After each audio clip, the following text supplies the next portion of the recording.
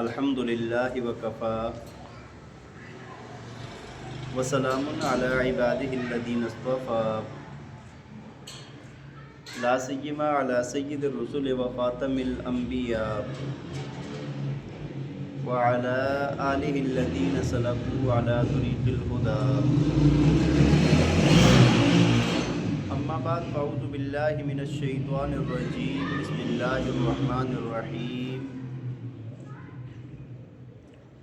واللاتی تخافون نشوزهن فاعظوهن واهجروهن في المضاجع واضربوهن فإن أطعنكم فلا تبغوا عليهن سبيلا صدق الله العظيم وصدق رسوله النبي الكريم ونحن على ذلك لمن الشاهدين والشاكرين والحمد لله رب العالمين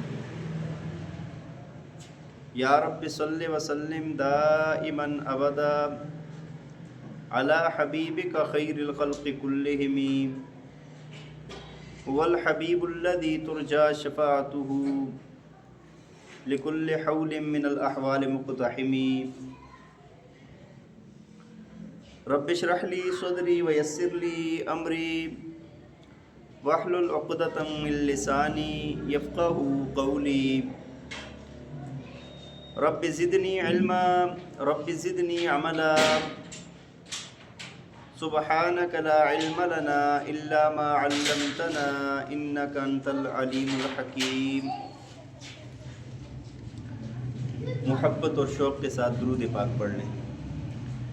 اللہم صلی علی سیدنا و مولانا محمد وعلی آل سیدنا و مولانا محمد وبارک وسلم۔ اللہم صلی علی سیدنا و مولانا محمد وعلی آل سیدنا و مولانا محمد وبارک وسلم۔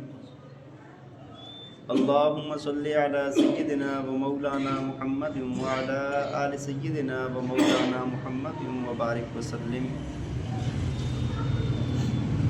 میرے انتہائی قابل احترام، قابل صد احترام و تکریم معزز و مکرم سامعین کرام،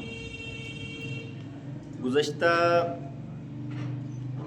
جمعوں سے یہ بات چل رہی ہے کہ حقوق العباد میں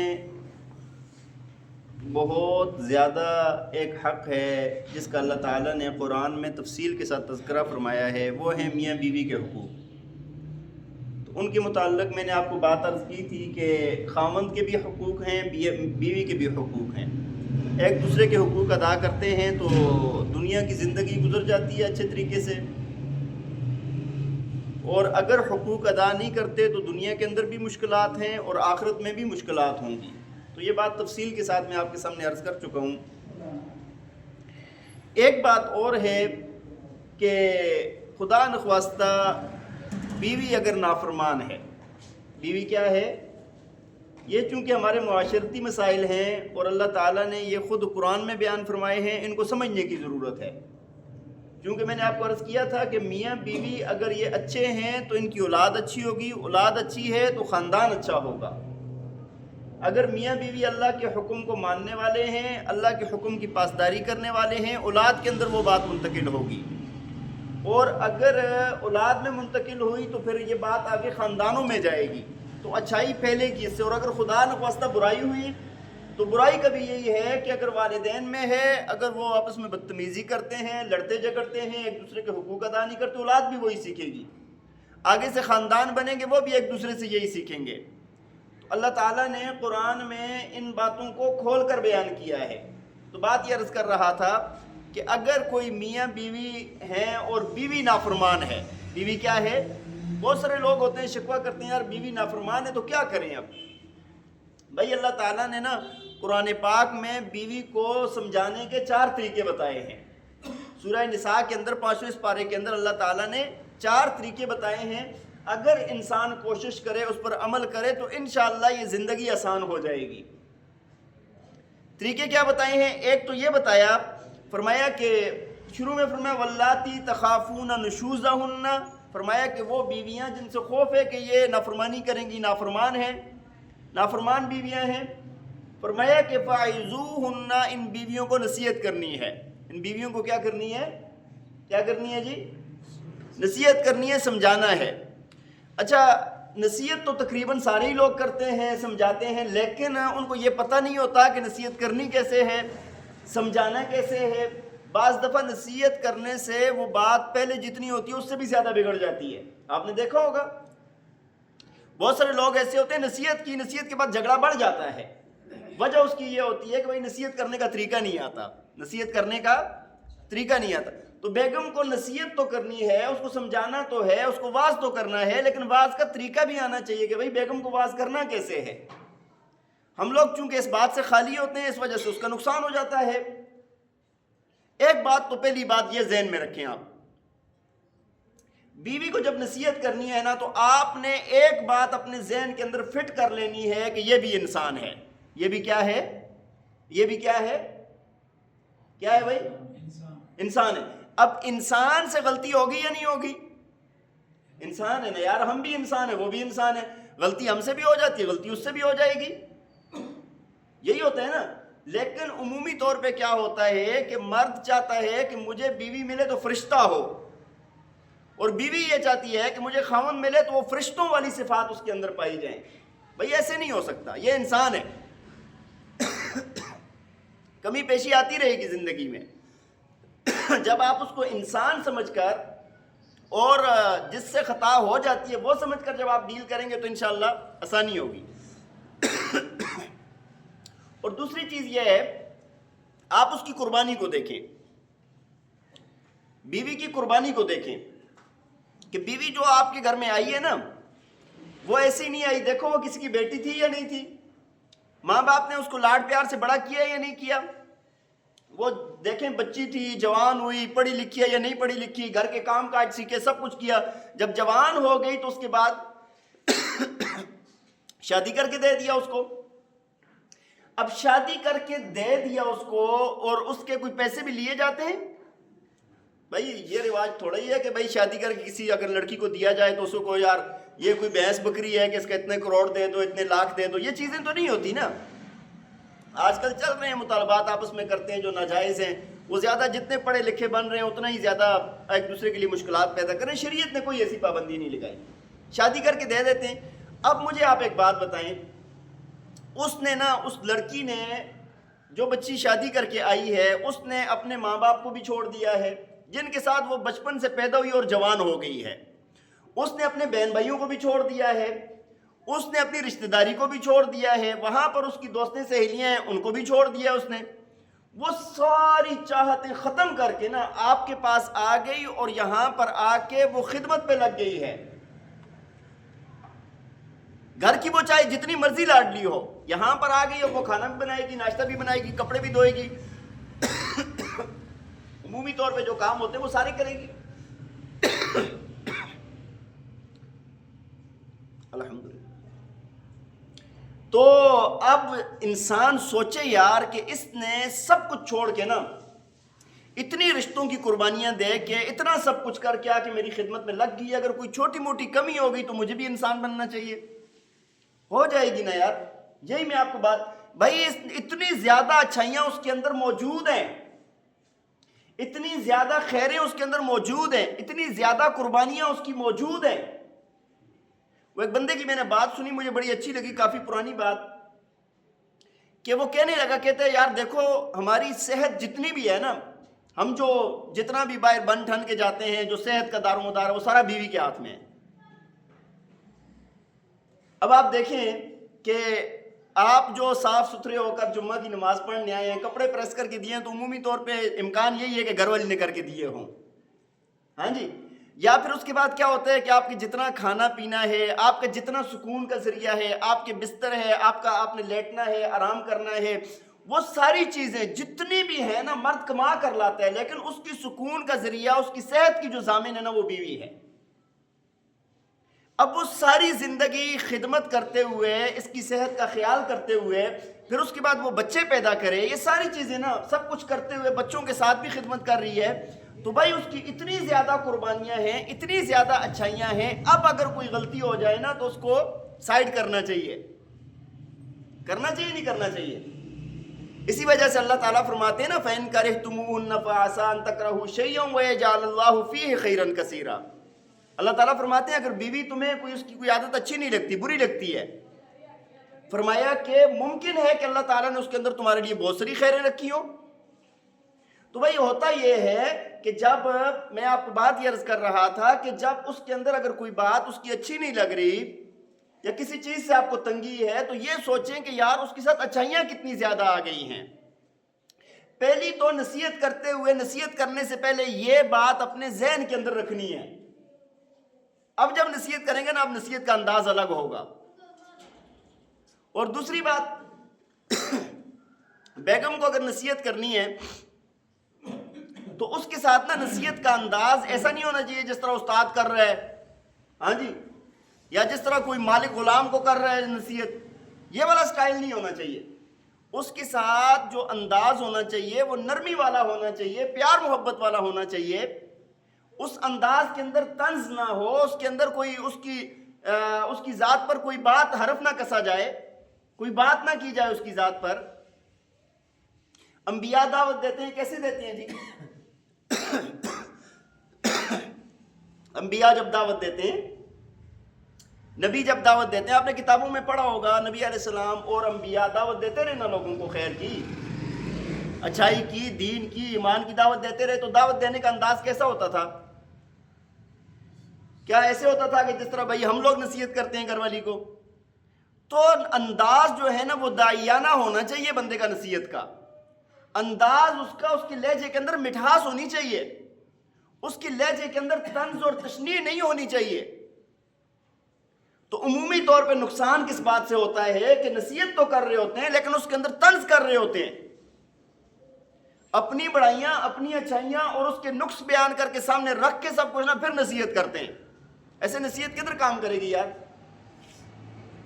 جب بھی آپ نے اپنے چھوٹوں کو نصیحت کرنی ہے، جب بھی کسی کو نصیحت کرنی ہے یا واعظ کرنا ہے یا کسی کو دین کی دعوت دینی ہے یا کسی بھی اچھائی کی دعوت دینی ہے، اپنا انداز اچھا ہونا چاہیے، آپ کی بات کا لہجہ اچھا ہونا چاہیے، کسی کے عزت نفس کو مجروح نہیں ہونا چاہیے، اس کے اندر کسی کی ذات پر نکتہ چینی نہیں ہونی چاہیے اس میں۔ اب جب آپ اتنے اخلاص کے ساتھ، اتنے میٹھے انداز میں جب آپ اس کو دعوت دیں گے نا تو اس دعوت کا اثر ہوگا۔ لیکن ہم لوگ کیا کر رہے ہوتے ہیں عام طور پہ جو گھروں کے اندر چل رہا ہے، اگر بیگم کو نصیحت کرتے ہیں نا، ساس سسر ہے یا خاوند ہے یا کوئی بھی ہے، پورا گھر جمع ہوگا، سب کے سامنے کہا جائے گا کہ دیکھو یہ تو ایسے ایسے کرتی ہے لیکن ہم سمجھاتے ہیں کہ ایسے نہ کرو۔ آپ کو کہا جائے تو آپ کا کیا حال ہوگا؟ آپ اپنے سسرال میں چلے گئے، سارے جمع ہو گئے، سارے موجود ہیں، اور وہاں پر آپ کہہ رہے ہیں یار ہم تو اس کے ساتھ فلاں فلاں فلاں اچھائیاں کرتے ہیں، ہم تو اتنے اچھے ہیں، ہم تو یہ کرتے ہیں، لیکن یہ ہے نا اس کو تو کوئی اس کو عقل نہیں ہے، سمجھ نہیں ہے۔ آپ تو ادھر ایک منٹ نہیں رکیں گے، وہ بھی انسان ہے نا، وہ بھی انسان ہے۔ تو نصیحت کرنی ہے، انداز کیا ہونا چاہیے؟ داعیانہ ہونا چاہیے۔ آپ انبیاء کی سیرت کو پڑھیں کہ نبیوں نے لوگوں کو نصیحت کی ہے تو نصیحت کیسے کی ہے۔ اب جب نصیحت کریں گے نا، اس نصیحت کے اندر فائدہ بھی ہوگا، اس نصیحت کا اثر بھی ہوگا، اور آپ دیکھیں گے کہ زندگی بدلے گی۔ اللہ تعالیٰ نے موسیٰ علیہ السلام کو اور حضرت ہارون علیہ السلام کو فرعون کی طرف بھیجا تھا کہ اس کو جا کر دین کی دعوت دیں۔ واقعہ ذہن میں آ گیا؟ موسیٰ علیہ السلام کو اللہ تعالیٰ نے فرمایا، موسیٰ علیہ السلام نے کہا یا اللہ مجھ سے تو قتل ہو گیا تھا ان کا، ہاں جی، اللہ تعالیٰ نے فرمایا تجھے بس دعوت دے، یا اللہ پھر میرے ساتھ ہارون کو بھی بھیج دے، وہ ذرا بولنے میں بہت اچھا ہے، ہاں جی۔ اللہ تعالیٰ نے فرمایا کہ اس کو بھی نبی بنا دیا، اللہ کی مرضی ہے، 1 منٹ میں نبی بنا دیا اللہ نے، ہارون علیہ السلام کو بھی نبی بنا دیا، بھیج دیا ساتھ۔ اب جب جانے لگے نا تب اللہ تعالیٰ نے حضرت موسیٰ علیہ السلام اور حضرت ہارون علیہ السلام کو نصیحت فرمائی تھی کہ جا کے بات کیسے کرنی ہے۔ اللہ کا دشمن ہے، سب سے بڑا دشمن ہے، کہتے ہیں نا آج بھی آپ دیکھیں نا فرعون سے بڑا دشمن کون ہوگا؟ خدائی دعویٰ کیا ہوا ہے، انا ربکم الاعلیٰ کہا ہوا ہے، بچیوں کو زندہ ذبح کیا گیا، بچوں کو ذبح کرتا رہا ہے، 90,000 بچے اس نے ذبح کیے ہیں۔ بات سمجھ آ رہی ہے؟ 90,000 ہے، 70,000 مشہور ہے، 90,000 بچے اس نے ذبح کیے ہیں۔ ایسا ظالم، ایسا جابر، ہاں جی، اور خدائی کا دعویٰ کرنے والا، اس کی طرف اللہ تعالیٰ اپنے پاک پیغمبر کو بھیج رہا ہے دعوت دینے کے لیے، اور وہ نبی جو جن کے اندر معصوم ہیں، خطائیں ہیں ہی نہیں، اللہ کے محبوب ہیں۔ تو اللہ تعالیٰ نے فرمایا کہ موسیٰ، ہارون، آپ جب جائیں نا فرعون کے پاس، فَقُولَا لَهُ قَوْلًا لَيِّنًا لَعَلَّهُ يَتَذَكَّرُ أَوْ يَخْشَىٰ۔ اللہ تعالیٰ فرماتے ہیں کہ اس سے بات نا نرمی سے کرنا۔ فرعون سے بات کیسے کرنی ہے؟ اور فرمایا کہ ممکن ہے کہ شاید وہ ڈر جائے یا نصیحت حاصل کر لے۔ اب فرعون سے بڑا ظالم تو کوئی نہیں ہوگا نا یار، اس کے ساتھ جب دعوت دینے کا انداز اس طرح بتایا گیا ہے تو عام لوگوں کے ساتھ جو مسلمان ہیں، ایمان والے ہیں، یا جس طرح میں آپ کو گھر والی کا کہہ رہا ہوں، گھر والی آپ کی خدمتگار ہے، اس کے ساتھ نصیحت کا انداز کیسا ہونا چاہیے؟ وہ ہوتا ہے نا بعض دفعہ ہمارے علماء حضرات اگر کسی کے ساتھ تھوڑا سا ہو جائے نا تو ممبر پہ جب آ جاتے ہیں، پھر سامنے بیٹھا ہو تو پھر اچھی خاصی اس کی کلاس چلتی ہے۔ یہ ہوتا ہے نا، یہ بھی ہوتا ہے نا کبھی کبھی۔ بھائی ایک بندے کے ساتھ کوئی رنجش ہے، کوئی ہو گیا، اگر آ کے وہ سامنے بیٹھ جائے نا، پھر ایسے فرعون کے ساتھ ملانا اور جدھر تک پہنچائیں گے، یہ چلتا رہتا ہے۔ تو ایک بندہ نا، ایک مولوی صاحب تھے، اس کو تھوڑی سی رنجش تھی ہارون الرشید سے۔ ہارون الرشید بادشاہ تھا، نیک بندہ تھا، اللہ والا تھا، تو ہو جاتی ہے، پھر بھی کچھ نہ کچھ تو ہوتی ہے نا انسان میں۔ وہ آ کے ہارون الرشید بیٹھ گیا، مولوی صاحب جمعہ پڑھا رہے تھے، بیان کر رہے تھے، اور مولوی صاحب نے صحیح رگڑا نکالا نا، صحیح ٹکا کے۔ اب وہ جو ہے نا ہارون الرشید سنتا رہا، سمجھ تو آ رہی تھی کہ نوک چوک چل رہی ہے مجھ پر ہی، ہاں جی۔ تو جب بیان جمعہ ختم ہو گیا، بعد میں ہارون الرشید نے مولوی صاحب کو بلایا، بٹھایا ادب آداب کے ساتھ۔ ہارون الرشید خود بھی عالم تھا، ٹھیک ہے جی۔ کہنے لگا کہ ایک بات بتائیں گی حضرت؟ کہتے ہیں کیا؟ کہتے ہیں میں فرعون سے زیادہ برا ہوں؟ نہیں، آپ امیر المومنین ہیں، آپ کدھر برے؟ اس نے سمجھا مولوی صاحب نے پکڑ ہو گئی ہے، بھیا بادشاہ ہے۔ نہیں، آپ تو بہت نیک اللہ والے، آپ تو بہت اچھے ہیں۔ اچھا یہ بتائیں کہ موسیٰ علیہ السلام اور ہارون علیہ السلام سے اونچا مقام ہے آپ کا؟ کہا نہیں، میں تو ان کے پاؤں کی خاک کے برابر نہیں ہوں۔ کہاں موسیٰ علیہ السلام اللہ کے محبوب، ہارون علیہ السلام اللہ کے نبی، اور کہاں یہ بندہ ناچیز، میں تو کچھ بھی نہیں ہوں ان کے سامنے۔ کہا کہ اللہ تعالیٰ نے موسیٰ علیہ السلام اور ہارون علیہ السلام کو فرعون کی طرف بھیجا تھا نصیحت کرنے کے لیے، اور کہا تھا فَقُولَا لَهُ قَوْلًا لَيِّنًا لَعَلَّهُ يَتَذَكَّرُ أَوْ يَخْشَىٰ، اس کے ساتھ نرمی کے ساتھ بات کرنا۔ جب میں فرعون سے زیادہ برا نہیں ہوں اور آپ موسیٰ علیہ السلام سے زیادہ اونچے مقام کے نہیں ہیں، تو تھوڑا سا ہاتھ اولا رکھیں۔ بات سمجھ آ رہی ہے کہ نہیں؟ تو بات یہ عرض کر رہا تھا کہ بیوی کو نصیحت کرنی ہے نا، جو اللہ تعالیٰ نے فرما دی نا فَاعِظُوهُنَّ، اس کو نصیحت کرنی ہے تو کیسے کرنی ہے؟ کیسے کرنی ہے جی؟ نرمی کے ساتھ۔ کیسے کرنی ہے؟ نرمی کے ساتھ۔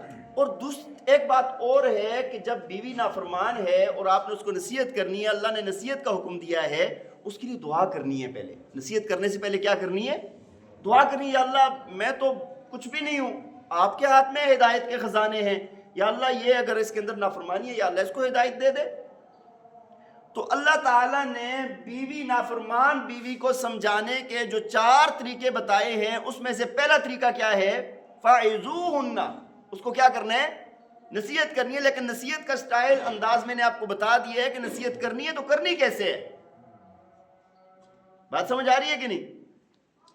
دوسری بات، اگر نصیحت کی، سمجھایا، بہت سمجھایا، سب کچھ کیا، سارے حربے استعمال کیے، پھر بھی نہیں سمجھتی، ہوتا ہے نا، نہیں سمجھتی، پھر بھی نافرمان ہے، اللہ تعالیٰ نے دوسرا ایک طریقہ بتایا ہے جو بہت کارگر ہے۔ فرمایا کہ وَاهْجُرُوهُنَّ فِي الْمَضَاجِعِ، اب نا اس بیوی سے آپ نے اپنا بستر الگ کر دینا ہے۔ بیوی سے کیا کر لینا ہے؟ یہ بھی بڑا کرامت طریقہ ہے، بڑا کرامت طریقہ ہے، بستر الگ کر لینا ہے۔ اچھا، اس کے اندر بھی سمجھیں کہ بستر الگ کرنا ہے تو کرنا کیسے ہے۔ اس کے اندر بھی لوگ بڑے بڑے نقصان اٹھا لیتے ہیں۔ آپ کے ہاں ایسے واقعات ہوں گے کہ یار وہ فلاں میاں بیوی ہے جن کے پچھلے 20 سال سے کوئی تعلقات نہیں، الگ الگ رہتے ہیں۔ ایسے واقعات ہیں، 2 سال 4 سال 6 سال 10 سال میں نے سنے ہوئے ہیں۔ چھوٹے چھوٹے بچے تھے، بچے جوان ہو گئے، شادیاں ہو گئی، میاں بیوی الگ رہ رہے، کوئی طلاق نہیں ہوئی، کچھ بھی نہیں ہوا، لیکن الگ رہ رہے۔ انہوں نے شاید اسی بات کو سنا تھا اور غلط استعمال کر لیا۔ ہر بات کو سمجھنا بھی چاہیے نا. اللہ تعالیٰ نے فرما دیا بستر الگ کر دو، تو مطلب کیا ہے؟ مطلب یہ ہے بستر الگ ہو کمرہ الگ ہو، یہ کر سکتے ہیں. یہ یاد رکھیں، اس بات کو پکا یاد رکھیں. بستر الگ ہو کمرہ الگ ہو، گھر الگ نہیں ہونا چاہیے. لوگ جو زیادہ مار کھاتے ہیں عمومی طور پہ وہ گھر الگ کر لیتے ہیں، الگ گھر میں چلے جاتے ہیں. تو اب وہ اس کو کیا نصیحت ملے گی؟ وہ تو پھر اور غصہ ہو جائے گی. اور دوسری بات یہ ہے کہ اس سے بات چیت نہیں چھوڑنی. لوگ پھر بات کلام سب کچھ چھوڑ دیتے ہیں. بھائی اگر بہت زیادہ غصہ ہے، بہت زیادہ ہے، تو 3 دن تک ہے بس. حدیث میں حکم ہے 3 دن سے زیادہ آپ ناراض نہیں رہ سکتے. بات سمجھ آ رہی ہے کہ نہیں؟ 3 دن تک اگر آپ کو زیادہ غصہ ہے تو 3 دن تک خفا رہ سکتے ہیں. 3 دن کے بعد بات چیت کرنی ہے، یا ویسے بھی آپ بات چیت کریں. اب کیا ہوتا ہے کہ جب یہ والا کام کرے گا نا، بیوی سے الگ بھی ہو گیا ہے، بستر الگ کر لیا ہے، کمرہ الگ کر دیا، گھر ایک ہے اور بات چیت کر رہے ہیں، تو اب انشاءاللہ 99% سے زیادہ امکان یہ ہے کہ یہ سدھر جائے گی. بات سمجھ آ رہی ہے کہ نہیں؟ تو یہ چیز ہوتی ہے کہ نصیحت کا دوسرا طریقہ اللہ تعالیٰ نے قرآن میں جو فرمایا وَاهْجُرُوهُنَّ فِي الْمَضَاجِعِ، اس سے بستر الگ کر لینا ہے. اور تیسری بات اللہ تعالیٰ نے فرمائی ہے جو انتہائی آخری درجہ ہے، سب سے آخری درجہ ہے، فرمایا کہ وَاضْرِبُوهُنَّ، اگر پہلی دونوں باتوں سے اس کو نصیحت نہیں ملی تو فرمایا کہ اس کو پھر مار بھی سکتے ہیں. اس کو پھر کیا کر سکتے ہیں؟ اچھا، اس کے اندر بھی نا بڑی غلطی پائی جاتی ہے. ہم لوگ جب کسی کو یہ پتہ چل جاتا ہے نا، وہ کہتے ہیں ابھی جان سے مارنی ہے. یہ مارنے کا مطلب کیا سمجھتے ہیں آپ؟ یقین مانیں کہ کئی واقعات، کئی کیسے سے میرے سامنے آئے کہ بچیوں کو ایسا ایسا مارا ہوتا ہے، ایسا ایسا مارا ہوتا ہے کہ میں کہتا ہوں ایسے کسی درندے کو بھی کوئی نہیں مارتا. کئی جرگوں کے اندر، فیصلوں کے اندر جانا پڑتا ہے، کئی جگہ پر جھگڑا ہو جائے. یقین مانیں کہ ایسی باتیں میرے سامنے موجود ہیں کہ اتنے بال لائے گئے کہ مرد نے پکڑ کے بال ہی اکھاڑ دیے اس کے. ایسا مارا کہ جسم اس کا سارا نیلا کالا پڑ گیا ہے. ایسا مارا ہے کہ وہ بے ہوش ہو گئی ہے، زخم آ گئے ہیں، چوٹیں پڑ گئی ہیں اس کو جسم پہ. وہ بھائی یہ بات نہیں ہے مارنا. جو مارنے کا نصیحت کے لیے بتایا گیا ہے اس کا بھی طریقہ ہے. مارنا ہے تو مارنا کتنا ہے؟ مارنے سے جسم پہ نشان نہ پڑے، مارنے سے جسم پہ نشان ہے. بات سمجھ آ رہی ہے؟ وہ ہوتا ہے نا تھوڑا سا ڈرانا ہوتا ہے. مارنا الگ چیز ہوتی ہے، ڈرانے کے لیے وہ مارنا الگ چیز ہوتی ہے. ہمارے استاد جی تھے، اللہ تعالیٰ ان کی مغفرت فرمائے، وہ جب ہم حفظ کرتے تھے تو ذری بات طلباء ہیں تھوڑا سا شرارت تو کر جاتے ہیں. تو وہ ایک دن نا کلاس کے ایک بچے کو پکڑتے تھے، اور وہ بچہ کہ جو زیادہ چیخیں مارنے والا ہوتے نا، بعض بہت واویلا کرتے ہیں، بہت روتے ہیں، چیخیں مارتے ہیں، کھڑا کر کے نا ایسے کرتے ہیں. جب ایسے کرو تو وہ بچہ آگے ہو جاتا ہے نا. ڈنڈا آپ ایسے کریں، بچے کو بازو سے پکڑا ہوا ہے آپ نے، تو وہ آگے ہو جاتا ہے، اس کی قمیض لٹک جاتی ہے. اسی طرح ہوتا ہے نا، اگر کبھی تجربہ کریں. اب اس قمیض پر مارتے تو اس کے جسم کو ٹچ بھی نہیں ہوتی تھی. وہ آئے ہوئے وہ شور شرابہ، پوری کلاس 1 مہینے کے لیے ٹھیک ہو جاتی تھی. وہ چونکہ بڑے تجربہ کار استاد تھے، اور الحمدللہ میں نے پورا حفظ کیا، مجھے یوں ٹچ بھی نہیں کیا. استاد جی نے پورے حفظ میں مجھے یوں ٹچ بھی نہیں کیا، مارنا دور کی بات ہے.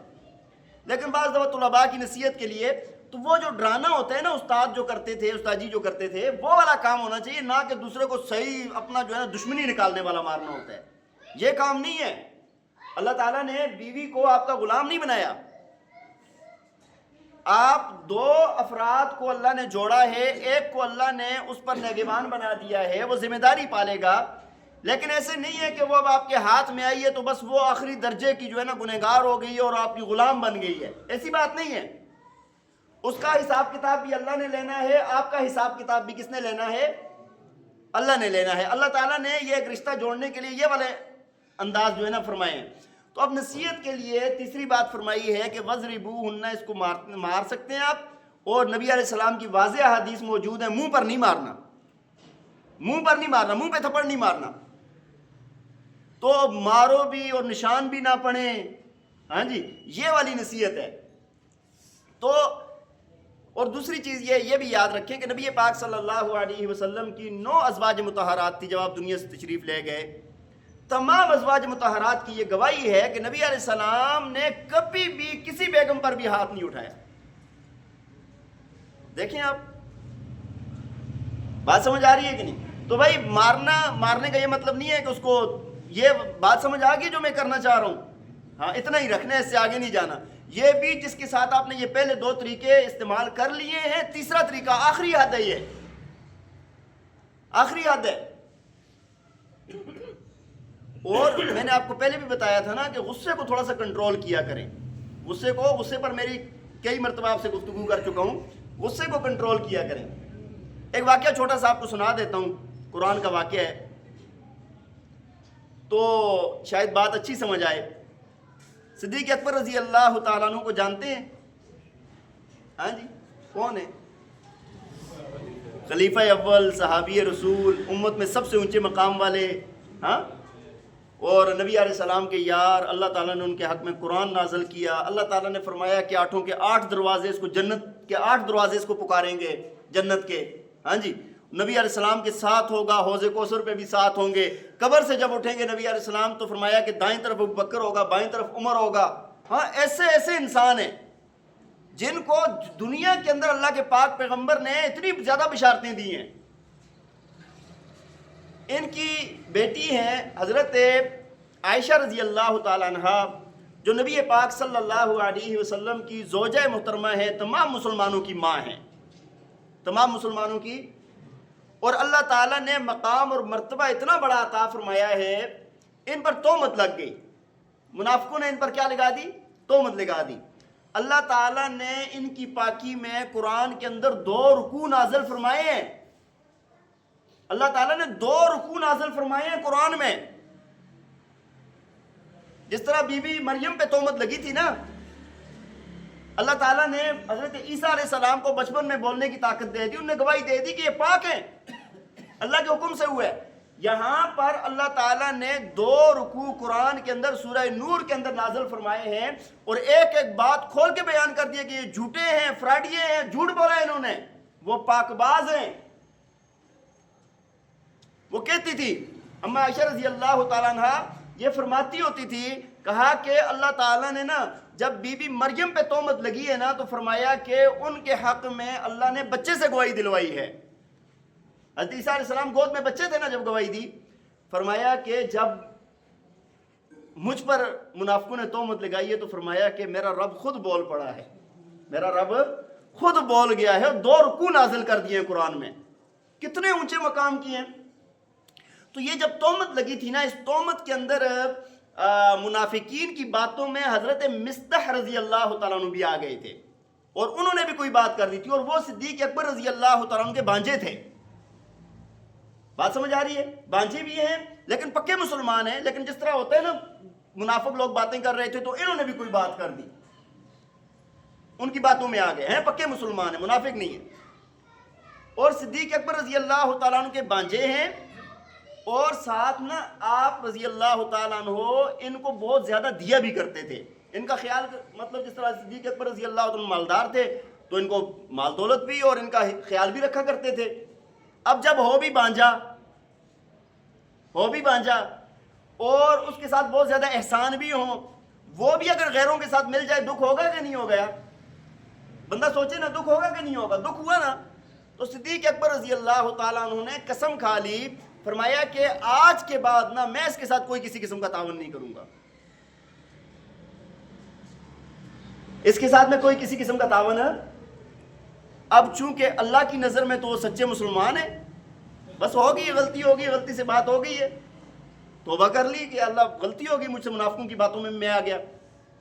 اللہ تعالیٰ نے قرآن پاک میں اس بات پر آیات نازل فرمائی ہیں اور فرمایا کہ وَلَا يَأْتَلِ أُولُو الْفَضْلِ مِنْكُمْ وَالسَّعَةِ أَنْ يُؤْتُوا أُولِي الْقُرْبَى وَالْمَسَاكِينَ وَالْمُهَاجِرِينَ فِي سَبِيلِ اللَّهِ وَلْيَعْفُوا وَلْيَصْفَحُوا أَلَا تُحِبُّونَ أَنْ يَغْفِرَ اللَّهُ لَكُمْ. اللہ تعالیٰ فرماتے ہیں کہ تم میں سے کوئی بھی بندہ یہ قسم نہ کھائے جس کو اللہ نے مالی وسعت دی ہے کہ وہ قریبی رشتہ داروں پر، مہاجرین پر، غریبوں پر خرچ نہیں کرے گا. فرمایا کہ وَلْيَعْفُوا وَلْيَصْفَحُوا، فرمایا کہ اس کو چاہیے کہ وہ معاف کر دے اور درگزر کرے۔ اور اگلی بات بڑی پیاری فرمائی ہے، فرمایا کہ اَلَا تُحِبُّونَ أَن يَغْفِرَ اللَّهُ لَكُمْ، فرمایا کیا تم اس بات کو پسند نہیں کرتے کہ اللہ تمہیں معاف کر دے؟ کیا تم اس بات کو پسند نہیں کرتے کہ اللہ قیامت والے دن تمہیں معاف کر دے؟ تو یہ آیت جو ہے یہ نازل ہوئی ہے صدیق اکبر رضی اللہ تعالیٰ عنہ کی اس قسم پر۔ جب یہ آیت نازل ہوئی سامنے آئی نا تو جب سنی، فرمایا کہ واللہ انی احب ان یغفر اللہ لی، فرمایا کہ میں اللہ کی قسم میں اس بات کو پسند کرتا ہوں کہ اللہ مجھے بخش دے۔ بات سمجھ آ رہی ہے کہ نہیں؟ تو بھائی غصے کو جب بندہ کنٹرول کرتا ہے نا، ہاں، اللہ تعالیٰ اس کو معاف فرما دیتے ہیں۔ جب انسان کسی کی خطاؤں کو معاف کرتا ہے، کسی کی غلطی کو معاف کرتا ہے، اللہ تعالیٰ کا ایک نظام ہے، اللہ تعالیٰ اس کو معاف فرما رہے ہوتے ہیں ساتھ ساتھ۔ تو کون ہوتا ہے بھائی اتنا بڑا سخی بن گیا کہ تو معاف کر رہا ہے؟ معاف کرنا تو میرا کام ہے۔ اللہ کہتے ہیں تو معاف کر رہا ہے، معاف کرنا تو میرا کام ہے، میں تیری بڑی بڑی خطاؤں کو معاف کر دوں گا۔ تو بات یہ عرض کر رہا تھا کہ بیگم کے ساتھ جب بھی آپ کا اختلافات ہوتے ہیں تو معافی کو سب سے پہلے رکھا کریں۔ میں نے آپ کو واقعہ سنایا تھا خواجہ مرزا مظہر جان جانا رحمہ اللہ کا اور ابو الحسن خرقانی رحمہ اللہ کا۔ ہاں، اس معاف کرنے پر اللہ تعالیٰ نے، ان کی بد زبانی کو سہنے پر اللہ تعالیٰ نے کتنے بڑے بڑے اعزازات عطا فرمائے ہیں۔ تو بہرحال میں آپ کو 3 باتیں قرآن کی عرض کی ہیں کہ اگر فرمایا کہ واللاتی تخافون نشوزہن فعظوہن واہجروہن فی المضاجع واضربوہن، ہاں، فرمایا کہ اگر بیوی تمہاری نافرمان ہے تو فرمایا کہ سب سے پہلے اس کو نصیحت کرو۔ کیا کرو اس کو؟ اور نصیحت کس طرح کرنی ہے؟ وہ جو شروع میں آئے تم نے سنا ہے کہ کیسے نصیحت کرنی ہے، اور جو شروع میں نہیں آئے ابھی آئے ہیں وہ لازمی بعد میں یہ ویڈیو ریکارڈنگ سن لینا، ورنہ کیا ہوگا کہ وہ نصیحت کے چکر میں کچھ اور ہی کر ڈالیں گے۔ بات سمجھ آ رہی ہے؟ اور دوسری بات فرمائی واہجروہن فی المضاجع، دوسرا یہ ہے کہ بندہ بستر الگ کر لے بیوی سے، بول چال بھی رکھے، گھر میں بھی رہے، لیکن بستر الگ کر لے، کمرہ الگ کر لے زیادہ سے زیادہ۔ اور تیسرا درجہ یہ ہے کہ وضربوہن، بیوی کو نصیحت کرنے کے لیے کیا کر سکتے ہیں؟ دونوں باتوں پہ نہیں سمجھ رہی، فرمایا کہ اب مار سکتے ہیں، لیکن مارنا کیسے ہے؟ منہ پہ نہیں مارنا، اور جسم پہ مارنا ہے تو جسم پہ نشان نہ پڑے۔ بات سمجھ آ رہی ہے؟ تو یہ 3 طریقے نصیحت کے ہیں، جو بات آپ دونوں میاں بیوی کے درمیان رہتی ہے، جو باہر نہیں جاتی۔ اللہ تعالیٰ نے 3 طریقے جو بیان فرمائے نا، ان 3 طریقوں سے اگر سدھر جائے نا تو اللہ تعالیٰ فرماتے ہیں کہ اب اس کے اوپر راستے تلاش نہ کرو۔ بعض لوگ ہوتے ہیں بیوی سے کوئی خطا ہو گئی، کوئی غلطی ہو گئی، اب اس نے ختم ہو گئی وہ بات، وہ نافرمانی ختم ہو گئی، کبھی بول گئی تھی، کبھی کچھ آپ کے ساتھ زبان درازی، بعض لوگ ساری زندگی یاد کرتے رہتے ہیں، اور تو نے فلاں وقت میں یہ کیا تھا، فلاں وقت میں یہ کہا تھا۔ اللہ تعالیٰ فرماتے ہیں فلا تبغوا علیہن سبیلا، ان کے اوپر اب راستے نہ تلاش کرو، وہ کھرچ کے نکالنے والے کام نہ کرو اب۔ ٹھیک ہے، یہ 3 طریقے اللہ نے قرآن میں بیان فرمائے ہیں۔ چوتھا طریقہ بھی اللہ نے قرآن میں بیان فرمایا ہے، لیکن اس وقت بات گھر سے باہر نکل جائے گی۔ پہلے 3 طریقے کیا ہیں؟ آپ کی بات آپ تک، آپ کی بیگم تک، آپ کے گھر تک محدود رہے گی۔ اور چوتھا جو طریقہ ہے نا، اس میں گھر سے باہر نکلے گی لیکن خاندان میں رہے گی، خاندان سے باہر نہیں نکلے گی۔ چوتھا طریقہ جو نصیحت کا ہے وہ یہ ہے کہ اللہ تعالیٰ نے قرآن پاک میں فرمایا کہ ایک بندہ منصف بن جائے بیوی کے خاندان سے، اور ایک بندہ منصف بن جائے خاوند کے خاندان سے، دونوں آپس میں نا اس بات کو سنیں سمجھیں اور ان کے اندر صلح کروا دیں، سنیں سمجھیں اور کیا کروا دیں۔ اللہ تعالیٰ نے فرمایا ان یریدا اصلاحا یوفق اللہ بینہما، فرمایا کہ اگر یہ اصلاح چاہیں گے نا تو اللہ تعالیٰ ان کے اندر موافقت پیدا کر دیں گے۔ لیکن یہاں پر بھی ایک چھوٹی سی بات سن کے آگے جائیں۔ مقرر تو کر لیتے ہیں ہم بندے، لیکن اس کے اندر کچھ شرطیں ہیں، ان شرطوں کا خیال نہیں رکھتے جس کی وجہ سے نقصان اٹھانا پڑتا ہے۔ جب آپ نے منصف مقرر کرنے ہیں نا، چاہے وہ لڑکی کے گھر والے ہوں یا لڑکے کے گھر والے ہوں، ان میں سے کسی کو منصف بنانا ہے آپ نے، 3 باتیں ان میں سے ان کے اندر ہونی چاہیے۔ ایک تو وہ سمجھدار ہوں، دوسرا ایماندار ہوں، اور تیسرا نیت کے اچھے ہوں، نیت کے اندر گڑبڑ نہ ہو۔ اچھا، سمجھدار ہونے کا کیوں ضروری ہے؟ بھائی آپ نے ایک بندے کو مقرر کیا ہے فیصلہ کرنے کے لیے، وہ سمجھدار ہی نہیں ہے، بیوقوف سا بندہ ہے، نہ سمجھ بندہ ہے، تو بھائی وہ تو معاملے کی تہہ تک ہی نہیں پہنچ سکے گا، وہ کیا فیصلہ کرے گا؟ تو سمجھدار ہونے سے یہ فائدہ ہوگا کہ بھائی آپ نے جس بندے کو مقرر کیا ہے نا وہ واقعے کی تہہ تک پہنچے گا، جا کر دیکھے گا کہ اصل وجہ کیا ہے، بنیادی وجہ بنی کیا ہے جھگڑے کی، اختلاف کی وجہ کیا بنی ہے، اس تک پہنچ کے تو پھر وہاں سے حل نکالے گا۔ بات سمجھ آ رہی ہے؟ اچھا بندہ ایماندار ہے، امانت دار ہے، تو اس کا کیا فائدہ ہے؟ اس کا فائدہ یہ ہے کہ بھائی یہ کسی سے لے دے کے نا معاملہ طے نہیں کرے گا۔ یہی بات ہے نا بھائی۔ بعض دفعہ کیا ہوتا ہے کہ اگر ایک پارٹی ذرا تکڑی ہے نا تو کیا کرتے ہیں یار، بس تھوڑا سا ایک طرف سے زور لگا لیا، دوسرے کی غلطی یہ صحیح، یہ تو ایماندار ہونا بھی ضروری ہے کہ بندہ جو ہے نا دیندار بھی ہے، دیندار ہے بندہ بھائی، تو دیندار ہوگا تو وہ ان چیزوں پر کمپرومائز نہیں کرے گا۔ اور تیسری بات یہ ہے کہ وہ نیک بھی ہو، نیت کا بھی اچھا ہو۔ جب نیک ہوگا، نیت کا اچھا ہوگا تو فرمایا کہ اللہ کی مدد اس کے شامل حال ہوگی۔ اب جس بندے کے اندر اگر دو خاندان کے دو لوگ ہیں، میاں بیوی کے اندر جھگڑا ہے، انہوں نے صلح کروانی ہے، یہ صفات والے لوگ ہیں، تو عین ممکن ہے کہ اللہ تعالیٰ ان کے اندر آپس میں موافقت پیدا فرما دے گا۔ ان یرید اصلاحا یوفق اللہ بینہما۔ تو یہ چیزیں ہیں، یہ 4 طریقے اللہ تعالیٰ نے قرآن میں بیان فرمائے ہیں بیوی کو نصیحت کرنے کے۔ لیکن اگر خدا نخواستہ اس سے بھی مسئلہ حل نہ ہو، اب یہ بات توجہ کے ساتھ سنیں گے، آپ نہ سنیں مرضی ہے، ٹھیک ہے، سنیں تو اچھی بات ہے۔ اچھا یہ 4 طریقے سے اگر مسئلہ حل نہ ہوا، آپ کو بھائی میں ادھر ادھر کے واقعات سنا کے ادھر ادھر کر کے ٹال کے بھیج سکتا ہوں، ہاں یہ باتیں وہ ہیں کہ جو ہماری بنیادی ضرورت ہے، یہ ٹھیک نہ ہوئی نا تو نمازیں بھی ضائع ہو جائیں گی، سب کچھ ضائع ہو جائے گا، یہ میں آپ کو بتا دوں۔ یہ معاشرت ہے، اس کی کوئی معافی نہیں ہے، اسی وجہ سے میں ان چیزوں پر زیادہ زور دیتا ہوں۔ اب 4 طریقے خاوند نے اختیار کیے، 4 طریقے سے بیوی نہیں سدھری، نہیں ٹھیک ہو رہا معاملہ۔ اب 5واں طریقہ آتا ہے، اب جا کر 5واں طریقہ آتا ہے جو لوگ پہلے نمبر پہ رکھتے ہیں۔ بھائی جب موافقت نہیں ہو سکتی نا تو پھر ایک اللہ تعالیٰ نے آپس میں جب ان کا رہنا ہی نہیں چاہتے، وہ ان کی موافقت ہی نہیں ہو سکتی، ان کا جھگڑا ختم ہی نہیں ہو سکتا، تو فرمایا کہ اب طلاق دے دو۔ اب طلاق دینے کی اجازت ہے، اب طلاق دینے کی حلال چیزوں میں سے سب سے بری چیز طلاق ہے۔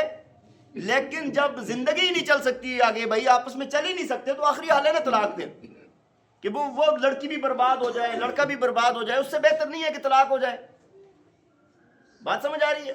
اچھا اب یہاں پر نا طلاق تو دیتے ہیں، لیکن طلاق کے اندر جو کام ہم لوگ کرتے ہیں نا وہ بڑا غضبناک ہے، اور اس کا بہت زیادہ پھر ہم لوگوں کو خمیازہ بھگتنا پڑتا ہے۔ طلاق دیتے ہیں تو کیسے دیتے ہیں؟ اکٹھے فائر مارتے ہیں، 1 2 3 ختم، 15 10 20 50 والے میرے پاس آتے ہیں جن نے طلاقیں دی ہوتی ہیں، روتے ہیں، پھر کہتے ہیں چھوٹے چھوٹے بچے ہیں، خاندان ہے، آپ کوئی حل نکالیں۔ بھائی حل کے لیے چھوڑا ہوتا کچھ تو حل نکالتے نا، تم نے جو ایسے جو ہے نا کلاشنکوف رکھ کے فائر شروع کر دیے ہیں، مطلب تم زبان سے گولیاں برسا رہے ہو، تو کیسا حل نکالیں بھائی؟ کون حل نکال سکتا ہے اس کا؟ تو بھائی طلاق دینے کا بھی طریقہ ہے۔ میں کہتا ہوں کہ جس نے شادی کرنی ہو نا اس کو پہلے طلاق کا طریقہ سیکھنا چاہیے، کبھی نو بتائے، اس کو پتہ تو ہونا چاہیے طلاق دینی ہو تو دینی کیسے ہے۔ سب سے پہلے یہی 4 طریقے اختیار کرے گا، نہیں حل ہوا۔ اب جو شریعت کا حکم ہے طلاق دینی ہے تو طلاق کیسے دینی ہے؟ فرمایا کہ بیوی ماہواری میں نہ ہو، ماہواری کے دن نہ ہو بیوی کے، وہ پاک ہو، ماہواری سے پاک ہو، اور اس پاکی کے اندر خاوند نے بیوی سے جماع بھی نہ کیا ہو۔ اب بات سمجھ آ رہی ہے؟ بیوی پاک ہو ماہواری سے، اور خاوند نے اس کے پاک ہونے کے بعد بیوی کے ساتھ ہم بستری نہیں کی۔ اب بیوی کو 1 طلاق دے گا صرف، بس۔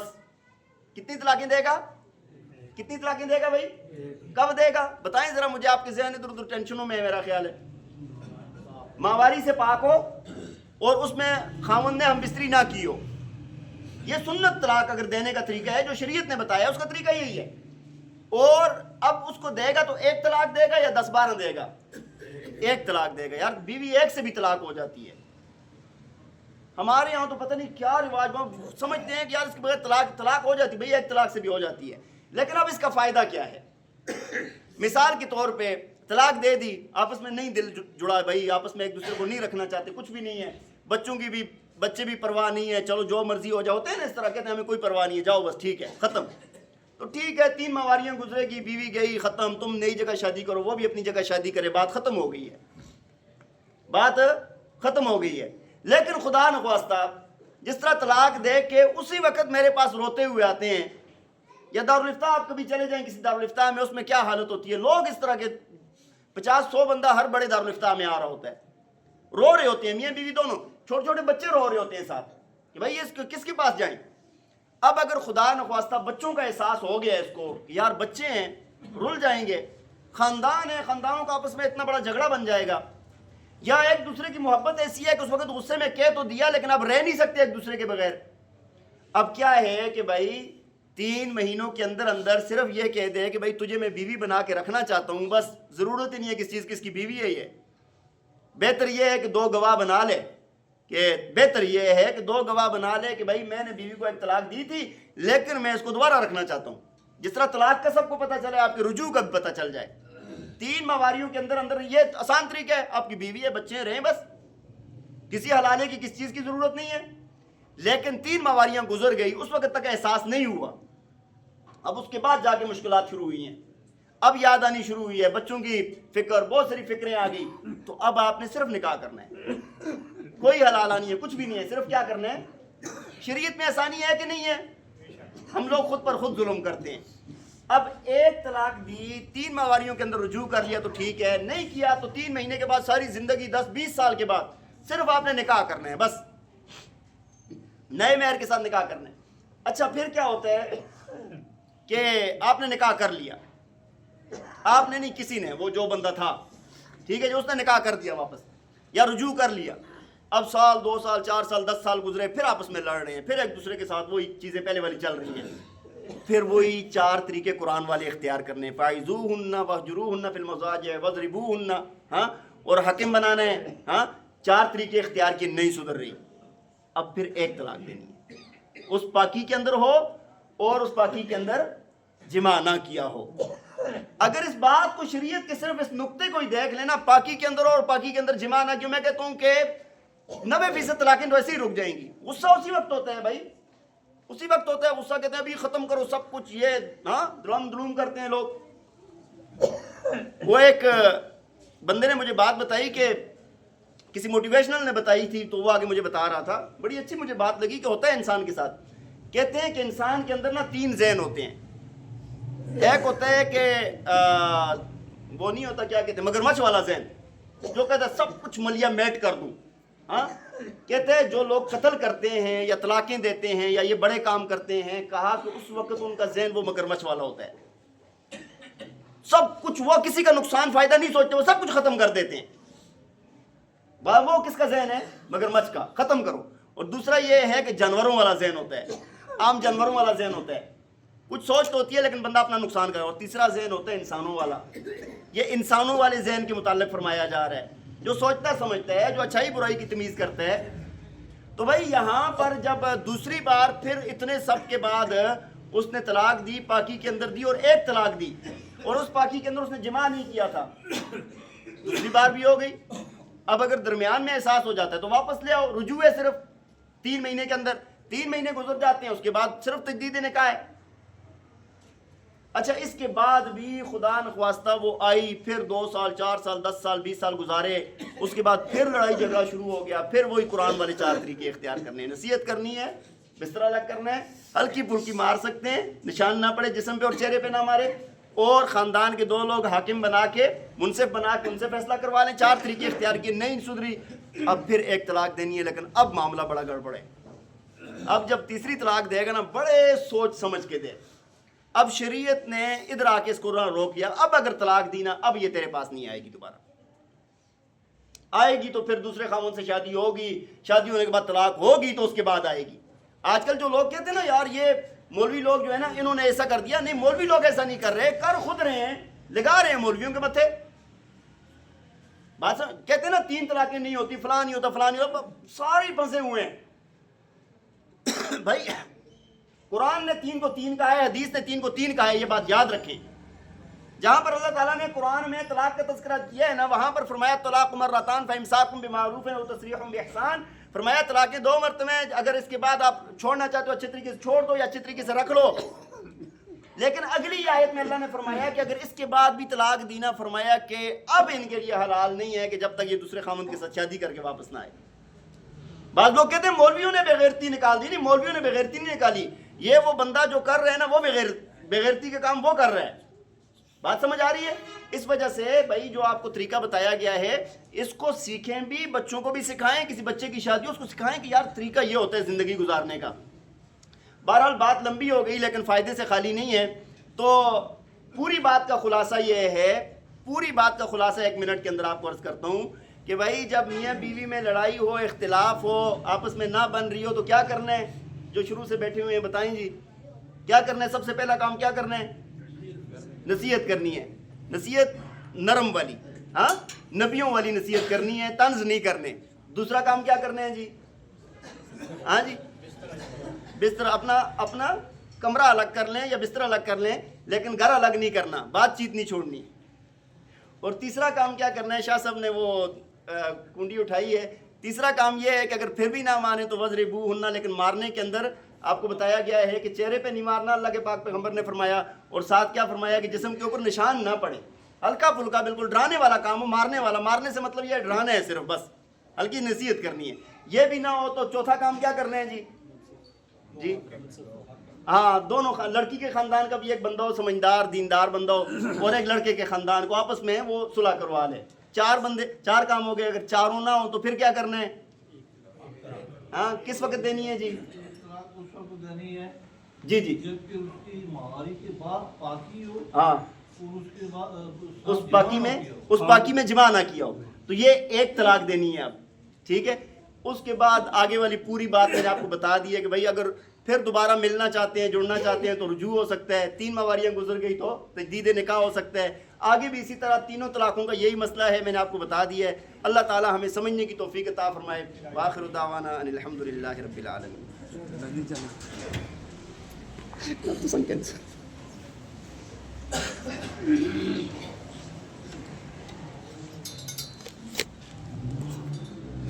اذان دو، اذان پہلے بعد ملانا ہماری